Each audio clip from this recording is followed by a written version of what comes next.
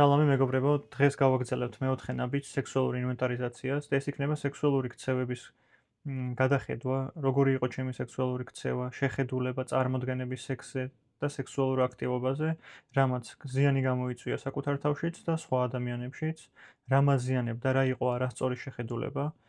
და გვექნება დაკვირვება, როგორ შემიძლია მქონდეს კონსტრუქციული ურთიერთობები ან კონსტრუქციული ხედვა სექსის მიმართ, რადგან მაგალითად ჩემს გამოცდილებებში სექსუალური გამოცდილებები ყოველთვის საკუთარი თავის დადანაშაულებაზე, მიუღებლობაზე, არასაკმარისობაზე ან გამომყენებლობაზე იყო დაფუძნებული და ეს იწვევდა ზიანს საკუთარ თავშიც და სხვა ადამიანებშიც. ღმერთ ვთხოვ, რომ ვიყო გულწრფელი, დაუფარავად გავაზიარო ყველაფერი, რაც მოვა და ვითხოვ საჭირო სიტყვებს და სიბრძნეს იმისთვის, რომ გამოვიჩინო ბრუტალური გულწრფელობა, მიმღებლობით, სიყვარულით გავაზიარო ჩემი გამოცდილება და мотиваცია არის ის, რომ სხვებს დაეხმაროს, რომ ასევე გამოიჩინონ გულწრფელობა, რადგან ლიტერატურაში ნათქვამია, რომ ვერ გამოჯამთელდნენ ის ადამიანები, ვინც ვერ შეძლეს ან არის სურვეს ყოფილიყვნენ გულწრფელები. გულწრფელობა მთავარი ინსტრუმენტია ამ გზაზე. მე ვატყობ და ვაღიარებ, რომ არ ვარ უნიკალური და არ ვარ გამორჩეული და იდეალური ადამიანი, მაქვს ჩემი ხასიათის დეფექტები, მაქვს ჩემი გადაცდომები, ის რაც ზიანს იწვევს ჩემშიც და სხვა ადამიანშიც და მეოთხე ნაბიჯი ზუსტად მაგის დანახვაში მეხმარება, რომ გამოვიტანო ეს ყველაფერი დღის შუქზე და ჩავანაცვლო კონსტრუქციული ქმედებებით. ეს არ არის განსჯა საკუთარი თავის, ეს არ არის სწორი და არასწორის განსხვავება, ეს არის უბრალოდ გულწრფელი შეხედვა და დანახვა იმისი, თუ რა არ მუშაობს ჩემ ცხოვრებაში. ან რომელი შეხედულება იყო მცდარი, რომელმაც დამაზიანა.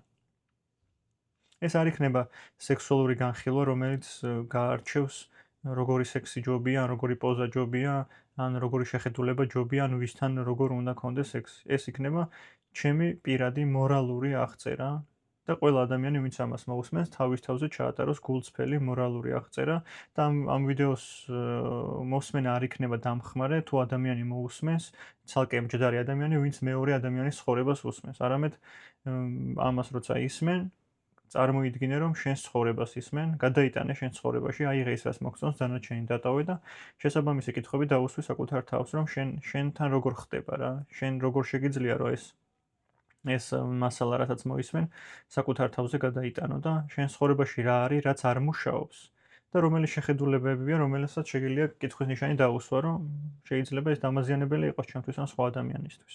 ანონიმური ემოციონალების ლიტერატურაში წერია, რომ ასაკის მატებასთან ერთად შეიძლება გაგვივითარდა დანაშაულის გრძნობა, სირცხული ან უხერხულობა ჩვენი სექსუალური აზრების გამო, განცდების და გამოცდილებების გამო. აღწერის ჩატარება გვეხმარება ეს მტანჯველი აჩრდილები სააშკაროზე გამოვიტანოთ და გულახდილი ვიყო ჩვენი სექსუალური გამოცდილებების შესახებ. უნდა შევწყვიტოთ სხვების და საკუთარი თავის განსჯა. დანაშაულის გრძნობის და სირცხulis დამალვა მხოლოდ ხელს გვიშლის ვიყოთ კარგად. სანამ არ შეურიგდებით ჩვენს ადამიანურ შეზღუდულობას, ისევ და ისევ ვერ მოვახერხებთ საკუთარი თავის და სხვების მიღებას. ბევრი ჩვენგანი გაიზარდა დანაშაულის ან სირცხulis გრძნობით საკუთარი სხეულისა და სექსის მიმართ. ამ გრძნობებმა შესაძლოა პრობლემები შეგვიქმნა ცხოვრებაში. საკუთარი თავის უფრო სრულყოფილი სურათის მისაღებად სასარგებლო იქნება წარსული სექსუალური გამოცდილების გაანალიზება, რათა უფრო ჯანსაღი დამოკიდებულება გაგვივითარდეს. ჩემთვის ყველაზე რთული ნაწილი სექსუალური ინვენტარიზაცია აღმოჩნდა. საკმაოდ რთული იყო გულწრფელობის გამოჩენა ჩემს წყენებთან ან შიშებთან მიმართებაში, მაგრამ კონკრეტულად სექსუალურმა ინვენტარიზაციამ და სექსუალური ურთიერთობების გადახედვამ ძალიან დიდი იმედგაცრუება შემოიტანა ჩემში და ყველაზე დიდი სიცარიელე მაგ დროს ვიგრძენი, როცა ამ ნაბიჯს ვწერდი. მეოთხე ნაბიჯის სექსუალურმა ინვენტარიზაციამ, ანუ სექსუალური ურთიერთობების გადახედვამ და გაანალიზებამ დამანახა, რომ ვერ ვანსხვავებ სიყვარულს და სექსს ერთმანეთისგან. ესე რომ ვიღაცას ეკითხა ჩემთვის, კი სიყვარული და სექსი განსხვავდება ერთმანეთისგან. მაგრამ დავინახე აშკარად ამ გულწრფელობის გამოვლინებით და კითხვებზე პასუხის დაწერით, სპონსორთან ურთიერთობის და მაღალ ძალასთან გულწრფელად აღიარებით, დავინახე, რომ მე რასაც სიყვარულს ვეძახდი, ეს იყო სექსის სახით მზრუნველობის მიღების შესაძლებლობა. ჩემთვის სიყვარული იყო ადამიანის ფიზიკური მოფერება, მზრუნველობის გამოხატულება, ყურადღების გამოხატვა ჩემს მიმართ და ეს ყველაფერი სექსში გამოიხატებოდა. ჩემთვის სექსი იყო კარგი ინსტრუმენტი, რითაც ვიღებდი დანაკლის და სიცარიელეს ვივსებდი ამ სიყვარულით, ზრუნვით, მნიშვნელობის მონიჭებით საკუთარ თავზე და ასე შემდეგ. მე რასაც სიყვარულს ვეძახდი, ეს ყოფილა ჩემთვის სექსუალური დაუკმაყოფილებლობის მიღების საშუალება. და რაც ყველაზე პარადოქსულია, არის ის, რომ მე როგორც ემოციონალი ადამიანი სიმძაფრეებისკენ და რადიკალური გამოცდილებებისკენ ვარ მიდრეკილი რა. და ეს რადიკალურობა იმ სექსუალურ ურთიერთობებში ძალიან კარგად ჩანს, რომ მაგალითად მე რაღაც ასეთი ორი უკიდურესი დამოკიდებულება მქონდა სექსის მიმართ, რომ მახსოვს, რომ ძალიან პატარა ასაკიდან შემოვიდა ჩემთან რა სექსუალური გამოცდილება. მე 9 კლასში ვიყავი, როცა თანაკლასელთან მქონდა პირველად სექსი. და პარალელურად კიდევ რამოდენიმე ჩემს თანატოლ გოგოსთან მქონდა ურთიერთობა და ეს იყო ჩემთვის რაღაცნაირი ნიშანი, რომ აი თითქოს მე გამორჩეული ვარ და გამორჩეულია ჩემი სექსუალური ენერგია და ტემპერამენტი განსხვავებით სხვა ჩემი თანატოლებისგან და ეს მოსაწონიც კი არის სხვა გოგოებისთვის და ეს ძალიან აშკარად გამოიხატებოდა, იმიტომ რომ ძალიან პატარა ასაკიდან ჩართული ვიყავი ფლირტიდან დაწყებული სექსუალური ურთიერთობით დამთავრებული.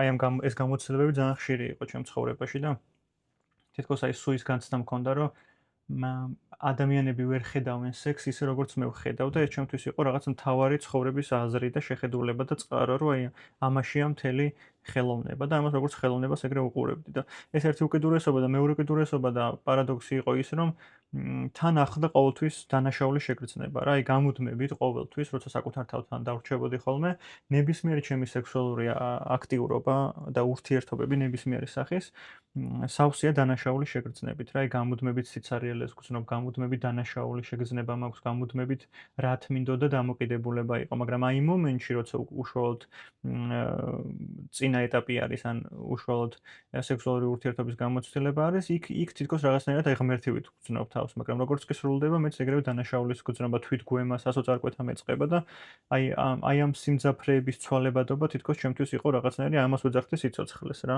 მე არ ვიცი როგორია ბუნებრივი, ნორმალური, ბალანსირებული ცხოვრება, არამედ ეგეთი სიმძაფრეები მჭირდება, რომ ჯერ გადავეშვა თავით იმაში, რომ სექსი სიყვარულია და ხელოვნება და ღმერთის აჩუქარია და მე ამან მომიტანოს ერთიანი მთლიანი ქვევით დაცემა, თვითგვემით, დანაშაულის შეგრძნებით და ესეც ცალკე ემოციების მოხმარება არის. ჩემი ყველაზე დიდი პრობლემა იყო ის, რომ საუბარი არ შემეძლო არავისთან რა, არც პარტნიორთან, არც მეგობრებთან, არავისთან საუბარი არ შემეძლო, არ შემეძლო გაზიარება ჩემი შეხედულებების, ან კითხვა იმათი შეხედულებების, ყველაფერი ჩემ თავში უკვე გადაწყვეტილი იყო, უკვე ჩამოყალიბებული შეხედულებები იყო და თუ ადამიანები ამის შესახებ გაიგებდნენ, ან გამომიჭერდნენ, ან ამოიცნობდნენ, მქონდა სრული დაჯერება, რომ მათთვის მოსაწონი აღარ ვიქნებოდი რა. ამიტომაც ჩემი წარმოდგენები იყო ესეთი, რომ მაგალითად სექსუალურ ურთიერთობებში ყოველთვის ვცდილობდი, რომ მოსაწონი ვყოფილიყავი და აბსოლუტურად გადადებული მქონდა საკუთარი თავის საჭიროებები, ან მე რამ სიამოვნებდა, ან როგორ სიამოვნებდა და რაღაცნაირად სექსი გახდა ჩემთვის ამოცანა და რაღაცნაირი მისია, რომ აი პროცესით კი არ ვიღებ სიამოვნებას, არამედ კი არ ემსახურება, არამედ ეს არის ამოცანა და მისია, რომელმაც უნდა მოუტანოს მეორე ნახევარს ან პარტნიორს დაკმაყოფილება და მე ამითი რაღაცნაირად სასიამოვნო და თავმომწონი უნდა ყოფილიყავი რა.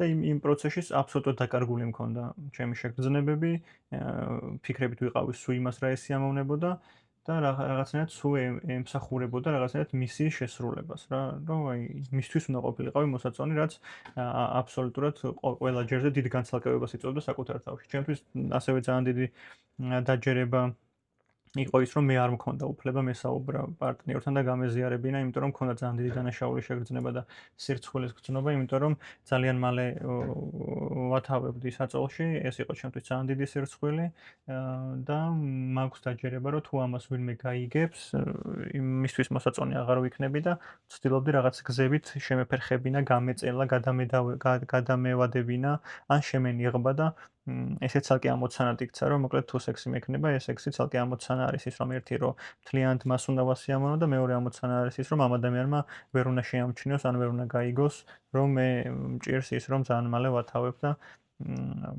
რაღაცნაირად უნდა დავმალო ეს მეორე ადამიანისგან. ასევე ძალიან დიდი კომპლექსი ჩემი იყო ზომასთან დაკავშირებით. გამუდმებით მქონდა დაჯერება, რომ ჩემი ზომა არ იყო მისაღები. და 1000 რაღაც ობსესია ამეკვია და გადავიდა ეს უკვე რაღაც ქრონიკულ ობსესიაში და აკვიატებაში, უამრავი რაღაცა მაქვს ნაყიდი, მიღებული მაქვს დალეული მაქვს, ინსტრუმენტები მაქვს გამოყენებული, სავარჯიშოები და ასე შემდეგ, რომ თითქოს რაღაცნაირად ჩემი ზომა უნდა გაიზარდოს, რომ მოსაწონე ვიყო რა. მე არც ერთხელ არ გამჩენია კითხვა თავში, რომ მოდი ვიკითხო პარტნიორთან, იქნება და ეგრე არ, ან ვინმე მცოდნეს ამ ვიკითხო, იქნება და ეგრე არ არის. მაგრამ ჩემი შიდა დარწმუნებულობით და გადაწყვეტილებით, ჩემი ზომა არ არის მოსაწონი და გავაკეთებ ყველაფერს, რომ რაღაცნაირად ეს გამოვასწორო რა და ამან დამანახა ძალიან ამ ინვენტარიზაციამ, რომ ჩემი თავი არასდროს მისაღები არ იყო რა. ჩემი თავი არასდროს არ არის ისეთი საკმარისი, როგორიც ვარ და ყოველთვის ვცდილობ, რომ შევაკეთო ჩემი თავი ან პარტნიორს მოვარგო. და პარადოქსი ეგ არის ზუსტად რა, რამდენადაც თქო სიყვარულის მიღების გზა არის ჩემთვის, ყველაზე დიდი უსიყვარულობას ვინც ავლენს, ეს მე თვითონ ვარ საკუთარი თავის მიმართ. და პარტნიორმა რაც არ უნდა დიდი მზრუნველობა, სიყვარული და მიმღებლობა გამოიჩინოს, ეს არაფერს არ ნიშნავს რეალურად და ვერ ნიშნავს, იმიტომ რომ საკუთარი თავისთვის ვარ მე თვითონ ძალიან დიდი უსიყვარულობის გზა რა. მე არ მაკმაყოფილებ ჩემი სექსუალური მდგომარეობა, მე არ მაკმაყოფილებ ჩემი სექსუალური ვიზუალიზაცია, არ მაკმაყოფილებს პროცესი, არამედ მორგებული ვარ მთლიანად იმას, რომ ვალიდაცია სხვა ადამიანისგან მივიღო. როდესაც 12 ნაბიჯის გავლას ვიწყებთ და მეოთხე ნაბიჯამდე მივალთ სექსუალური ინვენტარიზაციაზე ანონიმურ ემოციონალებში, პირველი კითხვა არის ესეთი, რომ საიდან მიიღეთ ინფორმაცია სექსის შესახებ. და მე მახსოვს, რომ ძალიან პატარაობაში გადიოდა რაღაც სერიალი, რომელ სერიალშიც იყვნენ დაახლოებით სკოლის ასაკის მოსწავლეები და იქ იყო რა სექსუალური სცენები და პირველად ამან გამიჩინა ინტერესი, რომ რაღაც არის ამაში ისეთი, რაც სიცოცხლის უნარიანობას აგრძნობინებს ამ ადამიანს, რაც მე არ მაქვს და თითქოს ჩემთვის ძალიან ინტერესის სფერო გახდა რა. და ეს ინტერესი აღმოჩნდა, რომ ჩემს გარშემო ძალიან პატარაობაში ხდება რა. ეს ალბათ არ ვიცი, 10 წლის, ალბათ აი მაგას აქში რა. ეს აღმოჩნდა, რომ 10 წლის შეიძლება და კიდევ უფრო პატარა რა. და ეს აღმოჩნდა, რომ ჩემს გარშემო ჩემი ასაკის ადამიანებს, ვინც ჩემს გარშემო არიან, მათ შორის ჩემს ძალიან ახლო წრეს, იგივე ინტერესები აქვთ რა. და ჩემთვის მაგალითად იმ მომენტში ძალიან საინტერესო იყო, როდესაც ჩემი თანატოლები, აი ეს 9-10 წლის ბავშვები, ერთმანეთს რაღაცა ინტიმურ ადგილებს ვაჩვენებდით, ან ხელს ვაკიდიბნებდით, ან ერთმანეთს რაღაცნაირად ვეხახუნებოდით და ეს ჩემთვის იმ მომენტში შემეცნების ან რაღაც გარკვევის, ან რაღაც სიახლის ფაზა იყო, რაც ძალიან ნორმალური იყო რა. და ამ ეტაპმა რაღაცნაირად ჩვეულებრივად ჩაიარა თითქოს, მაგრამ რო გავიდა წლები და ცოტა წამოვიზარდე და სკოლაში დავიწყე სიარული, ეს რაღაცნაირად ძალიან დიდ დანაშაულად მეწვა გულზე ყოველთვის რა. ეს ჩემთვის იყო ძალიან დიდი დანაშაულის შეგრძნება, დიდი შეცდომის ტარება, რომელსაც მეგონა რომ ვერაფრით ვერაზოს ვერ გამოვასწორებდი, იმიტომ რომ მქონია ძალიან ახლო ადამიანებთან ეს გამოცდილება, მქონია ბიჭი-ბიჭთან, გოგო-გოგოსთან, ოღონდ ეს რა თქმა უნდა ბავშვურ დონეზე რა, რომ აი ერთმანეთს რაღაცები ვაჩვენოთ, ხელი შევახოთ, ვეხახუნოთ ერთმანეთს და ეს ჩემთვის აღიქმებოდა, რომ რაღაცა ისეთი მაქვს გაკეთებული, რასაც ამას თუ ვინმე გაიგებსო, რა ყველას წარმოდგენა ჩემზე შეეცვლება და ძალიან დიდი ლოდი იყო, მოკლედ ცხოვრებაში რასაც დავატარებდი ხოლმე და ეს თვითონ რაღაცნაირად გადავჩქმალე რა, გადავმალე და თქვი რომ მოდი რა, ეს არავის არ ემახსოვრება, რა წლები გავა ყველას დავიწყდება და მეც თუ მახსოვს, მოდი თავს ისე მოვაჩვენებ, რომ არ მახსოვს, მაგრამ ძალიან დიდი დანაშაული შეგრძნება იყო რა. და ჩემთვის ძალიან დამხმარე აღმოჩნდა შესაბამის ადამიანებთან მე ამის გაბედვა, გაზიარება, მაგალითად მეხუთე ნაბიჯის მესაიდუმლე იყო პირველი ადამიანი, ვისთანაც გავბედე და ვიძახდი, რომ აი მოდი ყველაფერთან ვიტყვი, ყველაფერს ვიტყვი, მაგრამ გარდა ერთი რაღაცისა და ეს ერთი რაღაცა იყო ეს და ამის დამალვა ჩემთვის თავარი ამოცანა იყო ცხოვრების, მაგრამ როგორც პროგრამა გვეუბნება, ნახევარზომები არ მუშაობს რა, თუ გულწრფელობა, ბოლომდე გულწრფელობა მჭირდება გამოვიჩინო და ყველაფერი ვაღიარო და ყველაფერი ვთქვა და ეს როცა გავაზიარე იმ ადამიანმა გამიზიარა თავისი გამოცდილება და ამიხსნა, რომ ეს ბავშვებისთვის ჩვეულებრივი ნორმალური პროცესია, რითაც შემეცნება მიდის და ამით რაღაცნაირად იმის მიუხედავად, რომ დასრული ჩამოყალიბებული ადამიანი ვიყავი, იმდენად თავს ვარიდებდი ამაზე კითხვის დასმას ან ინფორმაციის მოძიებას, იმიტომ რომ გადაწყვეტილი იყო, რომ ეს აუცილებლად ჩემთვის ძალიან დიდი დანაშაული იყო. გამოუსწორებელი შეცდომა, რომ ყველანაირი ინფორმაცია შევზღუდე და ამ ადამიანმა როცა მითხრა, რომ ძალიან ბუნებრივი მდგომარეობაა, მეც მაქვს იგივე გამოცდილებაო და ადამიანები ბავშვობაში ესე სწავლობენ რაღაც ინფორმაციას იმეცნებენ, ნორმალურიაო, ეს ძალიან ჩემთვის დიდი რაღაცნაირი დაბადება იყო რა, ახლიდან ჩავისუნთქე. ჰაერი და წარმომიდგენია რამდენი მსგავსი შეხედულება მაქვს მე ცხოვრებაში, რამაც ჩემი ცხოვრება განაპირობა რა. რამდენი ისეთი გადაუმოწმებელი და შიშით სავსე გადაწყვეტილება მაქვს მიღებული საკუთარ თავშიც და სხვა ადამიანებშიც, რამაც ჩემი სექსუალური ურთიერთობებით და ზოგადად საკუთარ თავთან ურთიერთობა და გარესამყაროსთან გახსნილობა და ბუნებრიობა შეზღუდა რა. აი მაგალითად ჩამოვთვლი რამოდენიმე წარმოდგენას, რა წარმოდგენებიც მქონდა მე სექსთან მიმართებაში, რამაც განაპირობა მთელი ჩემი მომავლის ტანჯვა მერე.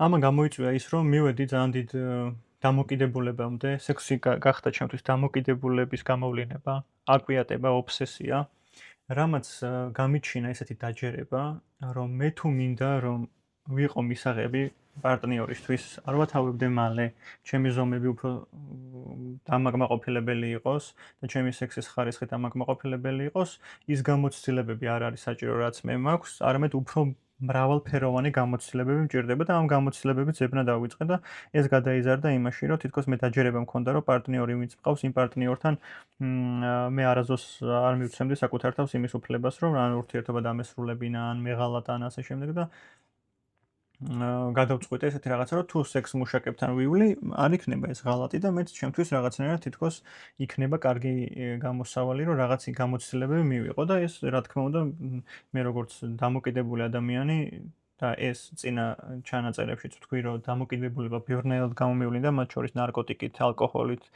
სამსახურით, საყიდლებით და ასე შემდეგ და ერთი ჩემთვის ასევე მორიგი დამოკიდებულება აღმოჩნდა სექსზე და სექსუალურ ურთიერთობებზე და სექსუალურ ფანტაზიებზე დამოკიდებულება და ეს ზუსტად იმაში გამოიხატა, რომ ჩემმა გონებამ იპოვა კარგი გამართლება და კარგი მიზეზი თუ რატომ იყო გამართლებული სექს მუშაკებთან სიარული და ეს არ იყო უბრალოდ სიარული, ეს იყო ობსესია, ეს იყო დაავადების გამოვლინება, რომელიც ვლინდებოდა დღეში რამოდენიმე ადამიანთან ყოფნა, დღეში რამოდენიმე სექსუალური ურთიერთობა და ხედავდი ჩემს რაღაცნაირ ცხოველურ გამოვლინებას, რა ეს ერთი რომ ინსტინქტური ცხოველური დამოკიდებულება სექსთან მიმართებაში და მეორე იმ სიცარიელის შევსების მცდელობა, რასაც სექსის მომენტი რაღაც ერთი წუთი მანიჭებდა რა. მახსოვს ეგეთი გამოცდილება, რომ იმდენად დანაკლისი მქონდა სიყვარულის და იმდენად უსიყვარულობაში ვიყავი ჩემი მდგომარეობით და ეს არ მოდიოდა ვინმე ადამიანისგან ან მოცემულობებისგან, უბრალოდ ჩემში შინაგანად არ არსებობდა რა სიყვარულის წყარო და უსიყვარულობა აქედან ჩნდებოდა და ამ სიცარიელის დროს მახსოვს რომ სექს მუშაკებთანაც როცა მივდიოდი ხოლმე, ეს არ იყო უბრალოდ რომ მიდი ფული მიეცი და მალე წამოდი რა, იმათანაც სულ რაღაცნაირი ესეთი ძალიან მეგობრულ ურთიერთობას ემსგავსებოდა ხოლმე რა, იმიტომ რომ რაღაცნაირად მივდიოდი, ამათთან საუბრობდი, მათ ამბებს ვისმენდი, რაღაცეებზე პატიჟებდი, რაღაც საჩუქრები მიმქონდა და რაღაცნაირად დიდ საუბრებში და რაღაც იმებში გამოიხატებოდა ხოლმე რა. მაგრამ ეს მე არ შემეძლო არავისთან გარდა სექს მუშაკებისთან. და იმათანაც ძალიან დაკომპლექსებული, ძალიან არასაკმარისი განცდებით ვიყავი, თუმცა იმათთან უფრო შედარებით ვახერხებდი, ვიდრე სხვა ადამიანთან და ამათთან ურთიერთობაც რა თქმა უნდა ძალიან დიდი სირთულე იყო, მაგრამ დაჯერება მქონდა, რომ აი მოდი ამ სირთულეს თუ გავუძლებ და გადავაგორებ, თან ესენი უცხო ადამიანები არიან და ნაკლებად მადარდებს შეფასება, მე ჩემთვის მნიშვნელოვან ადამიანთან უფრო უკეთესი ვიქნები და მახსოვს რომ აი ერთი ეგეთი გამოცდილება იყო, რომ სექს მუშაკთან იმის მაგივრად რომ რითვისაც ფული გადავიხადე ის მიმეღო, მახსოვს რომ უბრალოდ აი ჩახუტებული ვიყავი რა. და ეს ჩემთვის იყო საკმარისი. და კიდევ რომ გამოვედი, მქონდა ისევ რაღაცნაირი გაურებები და მაგათ სრული სიგიჟე იყო რა. სიგიჟე იყო, იმიტომ რომ ვერ ხვდებოდი, დაკარგული ვიყავი და ვერ ხვდებოდი რა ხდებოდა ჩემს თავს. ვერ ხვდებოდი საიდან იყო ეს ყველაფერი გამოწვეული, ან რა მინდოდა, ან რას ვიღებდი ამით. ერთადერთი რაც ვიცოდი იყო ის, რომ სახლში ყოფნისას უცებ დამეწყებოდა ხოლმე ძალიან დიდი პანიკური შეტევა, სულიერი სიცარიელე, დაბნეულობა, გაურკვევლობა და პირველი იმპულსი იყო ის, რომ აი ამ დროს მიჩნდებოდა სექსუალური ურთიერთობის სურვილი. და ძალიან დიდი ეს ყველაფერი გავანალიზე მას შემდეგ, რაც მეოთხე ნაბიჯზე აი ინვენტარიზაციის დროს შევხვდი ასეთ კითხვას. და ასეთი კითხვა არის ერთ-ერთი, რასაც წიგნი გვთავაზობს. არის თუ არა სიტუაციები, რომლებიც იწვევს თქვენში სექსუალურ რეაქციას, როგორიცაა აღტაცება, მარტოობა, ბრაზი, თანაგრძნობა და ასე შემდეგ. ეს ძალიან მნიშვნელოვანი კითხვა აღმოჩნდა ჩემ ცხოვრებაში, რადგან აქამდე ეს არც მიკითხავ საკუთარი თავისთვის რა. ჩემთვის როცა სექსუალური აღზნება ჩდებოდა, ან სექსუალური ლტოლვა ჩდებოდა, იქ არანაირი პაუზა არ იყო რა, გაჩნდა და მაშინვე დაკმაყოფილების სურვილი და დაკმაყოფილების გზების ძიება იყო, სანამ საკუთარ სასურველს რაღაცა საწადელს არ მივიღებდი რა. ხო და ეს კითხვა როცა პირველად მოვისმინე, პირველად დაუსვი ჩემ თავს კითხვა და აღმოვაჩინე რომ სექსუალური აღზნება და შეგრძნება ან როგორც ემოცია თავისთავადი არ არის რა. ანუ თავისთავად ესე არსაიდან არ ჩდება. ეს ყოველთვის განპირობებულია ჩემ შემთხვევაში რაღაც ემოციური მდგომარეობით. და ჩემ შემთხვევაში ეს არის მარტოობა. ეს არის ფიზიკური დაღლა, მოწყენილობა, იმედგაცრუება, საკუთარი თავის შეცოდება. აი როცა რაღაცნაირად მეცოდება საკუთარი თავი, ყველაზე მეტად მაშინ ვარ აღზნებული.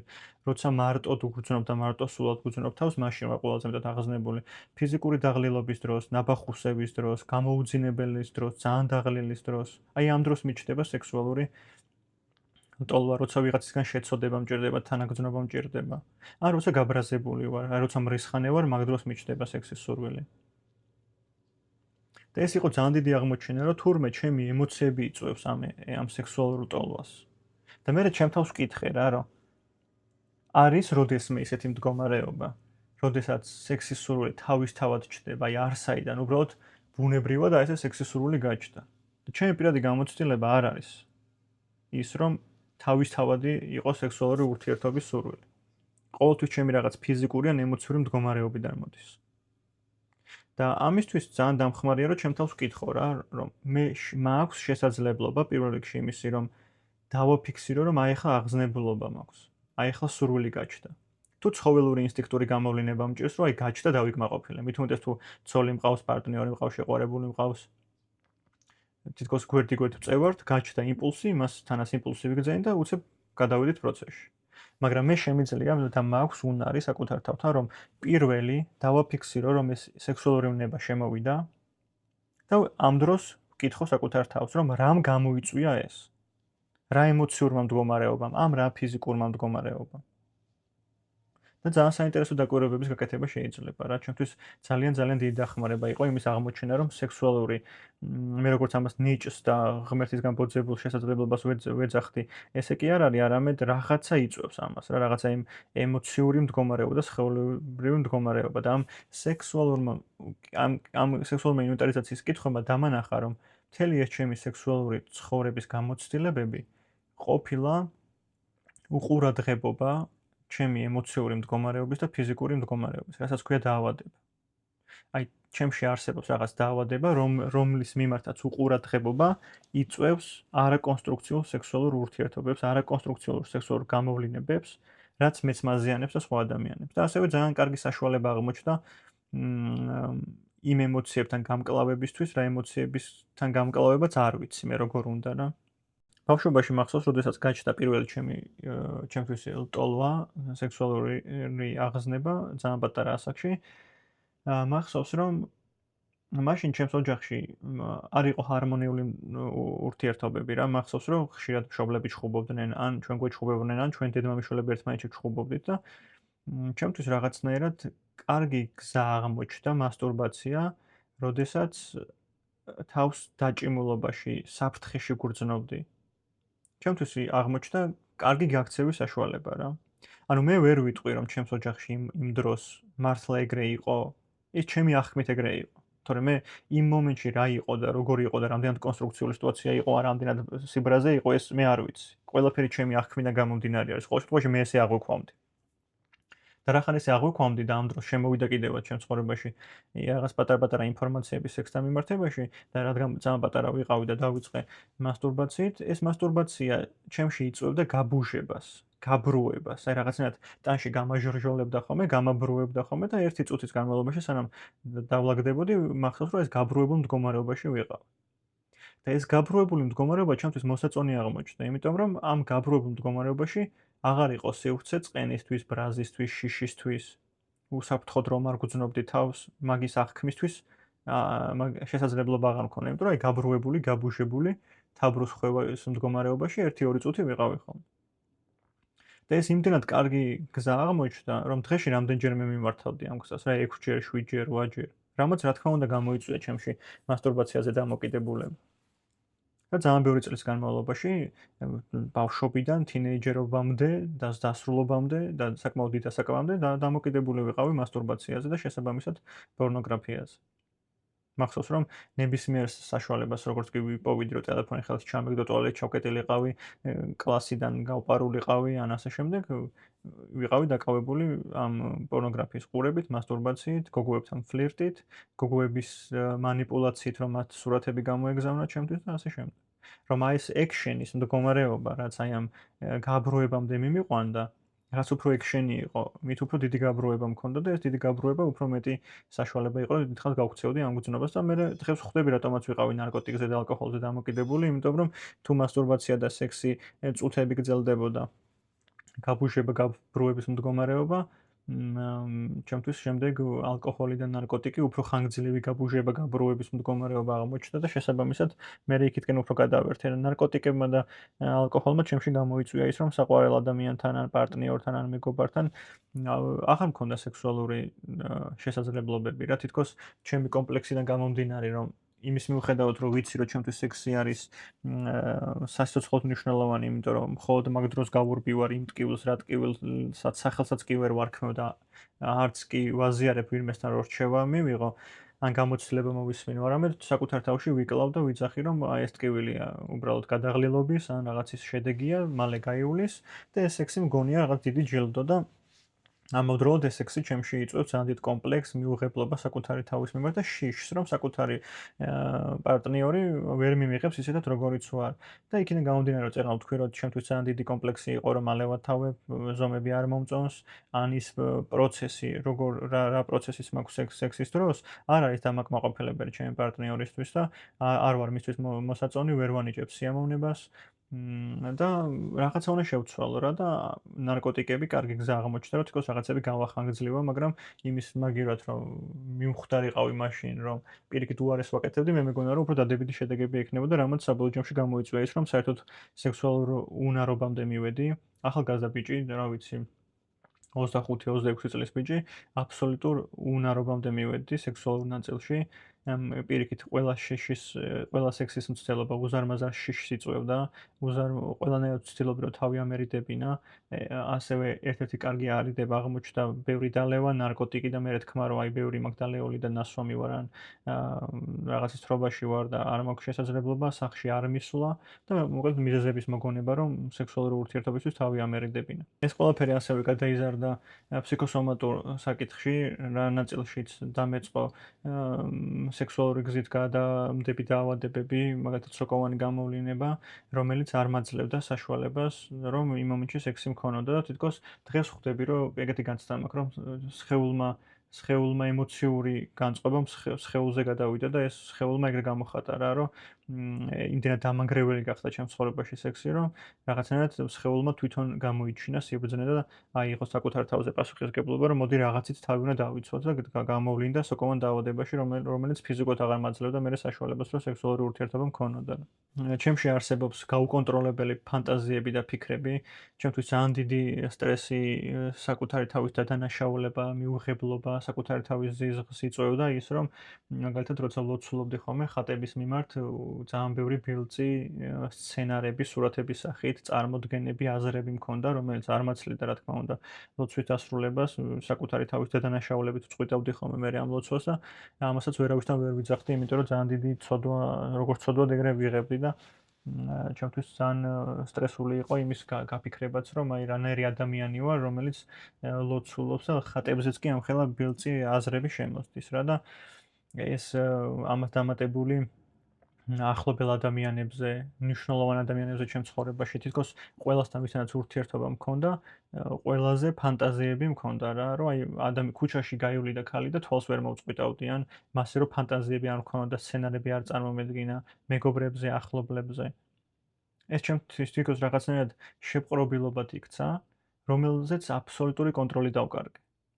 ანუ ჩემში იყო ერთადერთი შეგრძნება, რომ არასწორს ვაკეთებ, რაღაცა მჭირს, რაღაცა რაღაცა ხდება ჩემს თავს, მაგრამ იმდენად მძაფრია ობსესია და კომპულსია, აკვიატება ამის მიმართ, რომ იმ მომენტში ამას ვერ ვაკონტროლებ, თავს კარგავ რა, როგორც კი ქალთან მექნება შეხება და ქალს დავინახავ, ავტომატურად მიდის ეს ფიქრები, ფანტაზიები, სცენარების წარმოდგენა და მცდელობა, რომ ამ ადამიანთან მქონდეს სექსუალური ურთიერთობა. ძალიან ბევრ უხერხულ სიტუაციაში აღმოჩენილ ვარ, სადაც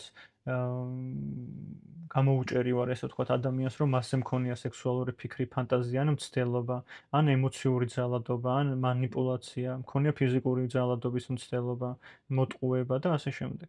ეს გამოიხატება ჩემში დაწყებული თითქოს უვნებელი გამოხატულებებით, მაგრამ საბოლოო ჯამში ძალიან დიდ დაზიანებებამდე მიყვანა ამ ყველაფერმა და მივხვდი, რომ მე ვერ ვაკონტროლებ რა, უძლური ვარ და როგორც კი ჩემს ცხოვრებაში გაჩნდა პირველი ნაბიჯი და 12 ნაბიჯი, ძალიან დიდი შვება ვიგრძენი, რომ მივხვდი, რომ ძალიან დიდ დაავადებასთან მაქვს საქმე და ეს დაავადება შეუძლებელია საკუთარი ძალებით რომ მართო ან ვაკონტროლო, ეს არის ბევრად ჩემზე ძლიერი, ვიდრე საკუთარი ნება არის. ეს არის ბევრად მავნე, ვიდრე მე წარმომიდგენია და ეს არ ნიშნავს, რომ პრობლემა ჩემშია. ეს ნიშნავს იმას, რომ პრობლემა დაავადებაშია და ეს დაავადება მე მაქვს და მიჭირდება რომ ვაღიარო, რომ აი ამით ვარ დაავადებული რა, დაავადება დამოკიდებულება. და ეს დამოკიდებულება თუ ვიღაცის ცხოვრებაში უმართავ ალკოჰოლიზმში გამოიხატება, ან ვიღაცის ცხოვრებაში უმართავ ალკოჰოლიზმში, ჩემ შემთხვევაში უმართავ სექსუალურ ურთიერთობებში გამოიხატა, სექსუალურ ფანტაზიებში. და მე ამის მიმართ 100%-იანად უძლური ვარ. მე არ შეიძლება საკუთარი თავი დავადანაშაულო და თვითგვემაში ვიყო და გავუბრაზდე საკუთარ თავს და ვთქვა, რომ არასწორი ადამიანი ვარ, იმიტომ რომ ეს სიმპტომი აღმომაჩნდა. მაგრამ მერითი შემიძლია პასუხისგებლობა ავიღო და მე პასუხისგებლობას ვიღებ ზუსტად მაგით, რომ ვაღიარებ, რომ ჩემში ეს დაავადების გამოვლინება არსებობს და ვითხოვ დახმარებას და მივყვები რეკომენდაციებს. ვსწავლობ საკუთარი ემოციების განცდას, რადგან განუცდელი ემოციები ჩემში იწვევს სექსუალურ ლტოლვას, სექსუალურ არასიჯანსახეს, სექსუალურ მოხმარების წყურვილს. ამიტომ მე ვიღებ პასუხისგებლობას, რომ აღარ გავექცე ამ ემოციებს.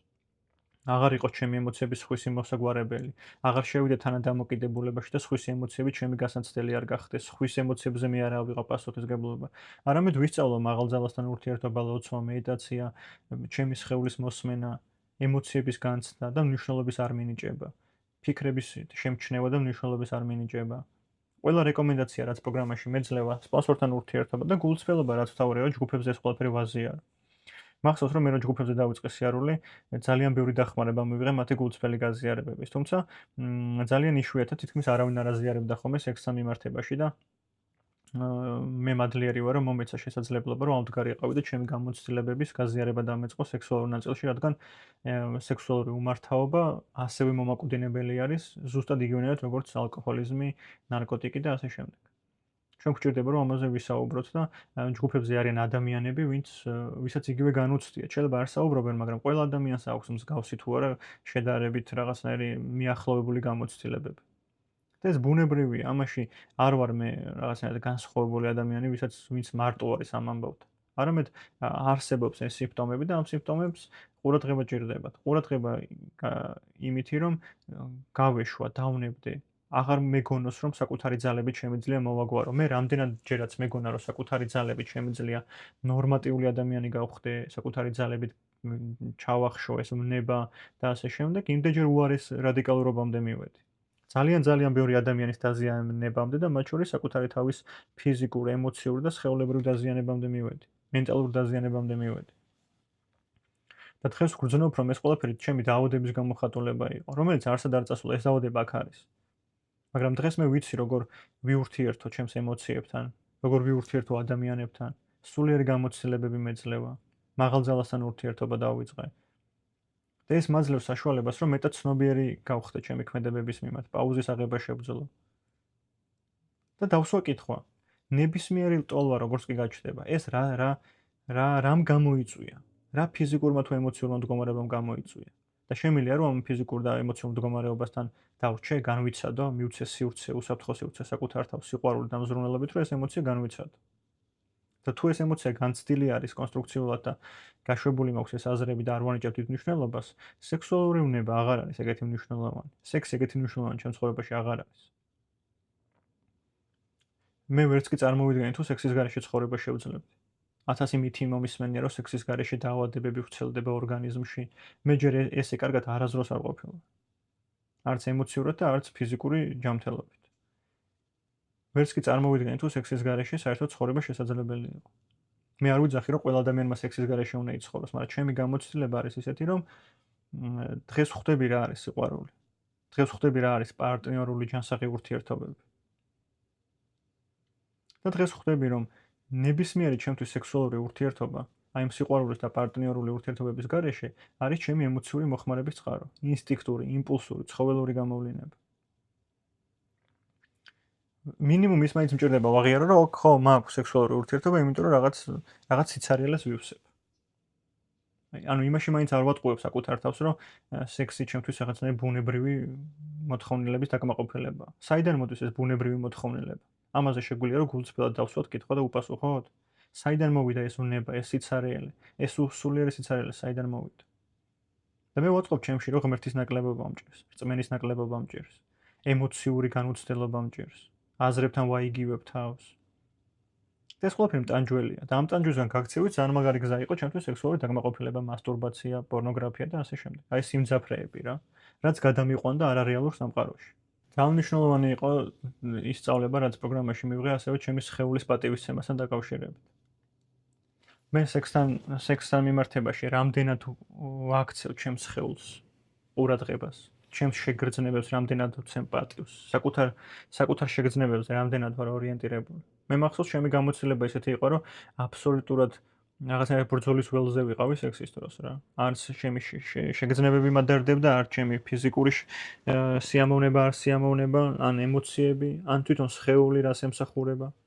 არაფერი არ მადარდებდა. ერთ-ერთი იყო გაუცნობიერებული აკვიატება დაკმაყოფილების. და დღეს ვეკითხები ხოლმე ჩემ თავს რა, რომ აი ეს სხეული ამ ფორმაში რისთვისაც მომეცა, რისთვის მომეცა.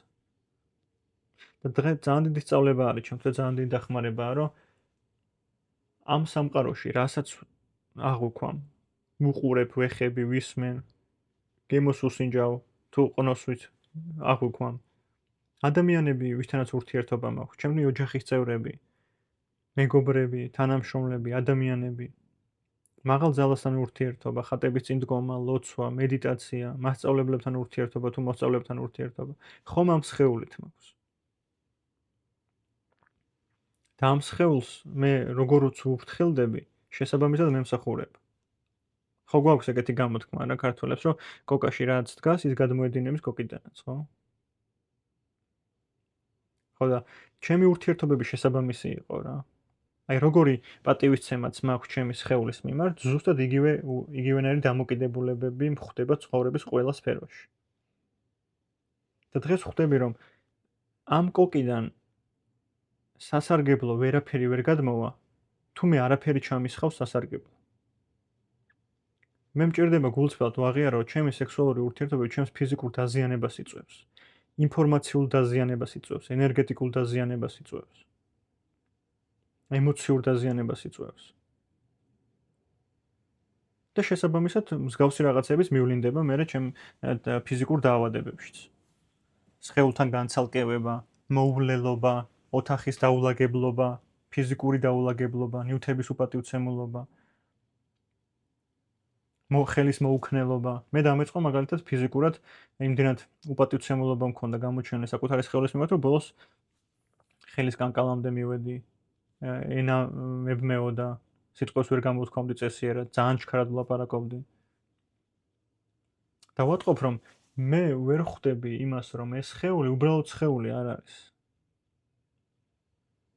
ეს ჭურჭელი არის წმინდა ჭურჭელი, რომელსაც მოფრთხილება და პატივისცემა ჭირდება. მნიშვნელოვანია რა საკვებს ვიღებ, რა სასმელს ვიღებ, როგორ მძინავს, როგორ ვიღვიძებ.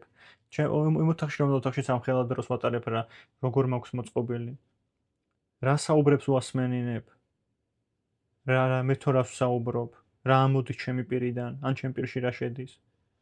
ამას ძალიან დიდი მნიშვნელობა აღმოაჩნდა ჩემი გამოცდილებით. მნიშვნელოვანია რომ ეს სხეული უბრალოდ სხეული კი არა, დავინახო როგორც ჭურჭელი, რომელიც ჭურჭელშიც მაღალი ძალა ვლინდება. პროგრამაში ვიძახით ხოლმე რომ ადამიანების ხმით გვესაუბრება მაღალი ძალა. და ჩემთან არანაირი მაღალი ძალა არ მოვა, თუ მე არ ვიყავი მზა ჭურჭელი ამისთვის. ჩემი ჭურჭელი სავსეა, სიბინძურით, შურით, შიშით, ინსტინქტური, ცხოველური, იმპულსური ქმედებებით, დაკმაყოფილებებით, აკვიატებებით. აღარ არის ადგილი ამ ჭურჭელში რა, არაფერი წმინდას. და მე როცა ამ ყველაფერს ვიაზრებ და ვხვდები, რომ პასუხისგებლობა მჭირდება ავიღო საკუთარ სხეულზე და როგორც სულიერ მდგომარეობაზე ვიზრუნო, ისე ფიზიკურ მდგომარეობაზე ვიზრუნო, მერე ჩემდაუნებურად ვაქცევ ყურადღებას რა, აბა რასაც ვეხები, რას ვეხები. ადამიანთან რომ აქვს ურთიერთობა, რა სახის ურთიერთობა მაქვს, საკვებთან რომ აქვს ურთიერთობა, რა სახის ურთიერთობა მაქვს. და ამ ჭურჭლის მოვლას ვიწყებ. და ეს ჭურჭელი დიდი საპატივცემულო ობიექტი ხდება. პატივისცემას იმსახურებს ჩემსას. და ყოველ საღამოს რო ვწვევი, ვიცახი რომ მადლობა რა, რომ აი დღეს მორჩილებით იმსახურე და დამეხმარე რომ ქონოდა ეს ურთიერთობები, რა ურთიერთობებიც ჰქონდა. მადლიერი ვარ. და მეც ჩემი მხრიდან ამ მადლიერებას გამოვხატავ, რომ ვუფრთხილდები ჩემს სხეულს. რამე თუ ამ სხეულით მეძლევა საშუალება, თუნდაც რომ ეხა ეს ვიდეო ჩავწერო. ეს გაზიარება გავაკეთო, საკუთარ თავს დავეხმარო. მსახურებაში ვიყო სხვა ადამიანებთან, საყვარელ ადამიანებთან მქონდეს ჩანსაღი ურთიერთობები, მოვიკითხო, მოვეფერო, ჩავეხუტო. ჰარმონიული ურთიერთობები მქონდეს საკუთარ თავთან, სიხარულის, ბედნიერების განცდა მქონდეს. და თუ ეს სხეული არ არის ჩანსაღი სხეული, ვერანაირად ვერ მექნება მე ჰარმონიული ურთიერთობა სამყაროსთან. ამ სამყაროს შვილი ვარ. ამ სამყაროს ენერგია ტრიალებს ჩემში. და მე რა ჩემში რასაც ვასხავ ამ ჭურჭელში, იგივე გადმოვა. ვერანაირად ვერ გადმოვა, უფრო უკეთესი რაც ჩავასხე. ამიტომ ჩვენ არ მივდივართ უკიდურესობამდე, ლიტერატურაში წერია, რომ ჩვენ არ ვიძახით, რომ სექსი ცუდია, ეშმაკისეულია, ბინძურია, თავიდან უნდა მოვიშოროთ. და არც იმას არ ვიძახით, რომ სექსი უნდა გავაღმერთოთ. ძალიან მნიშვნელოვანია, რომ ბალანსი გქონდეს ამ ყველაფერში. და პირადი გულწრფელობით და პასუხისგებლობით დაუსვა საკუთარ თავს კითხვა, რომ ჩემი სექსუალური ურთიერთობა ხომ არ არის უპატივცემულობა ჩემი სხეულის, ემოციების, აზრების უგულებელყოფა. ხომ არ გავურბივარ სექსით რაიმე ემოციას. სექსი ხომ არ არის ჩახშობა იმ ჩემი სულიერი ტკივილის, რა ტკივილთან დარჩენაც არ შემიძლია. სექსით ხომ არ ვცდილობ, რომ რაღაც უპირატესობები მოვიპოვო, ავტორიტეტი მოვიპოვო, უფრო კარგი ტიპი ვიყო. შემიძლია განვასხვაო სექსი და სიყვარული ერთმანეთისგან? როგორ გამოვხატავ სიყვარულს პირველ რიგში საკუთარი თავის მიმართ, პარტნიორის მიმართ? ეს ხომ არ მეშლება სექსში. ძალიან მნიშვნელოვანია, რომ ეს კითხვები დაუსვა საკუთარ თავს.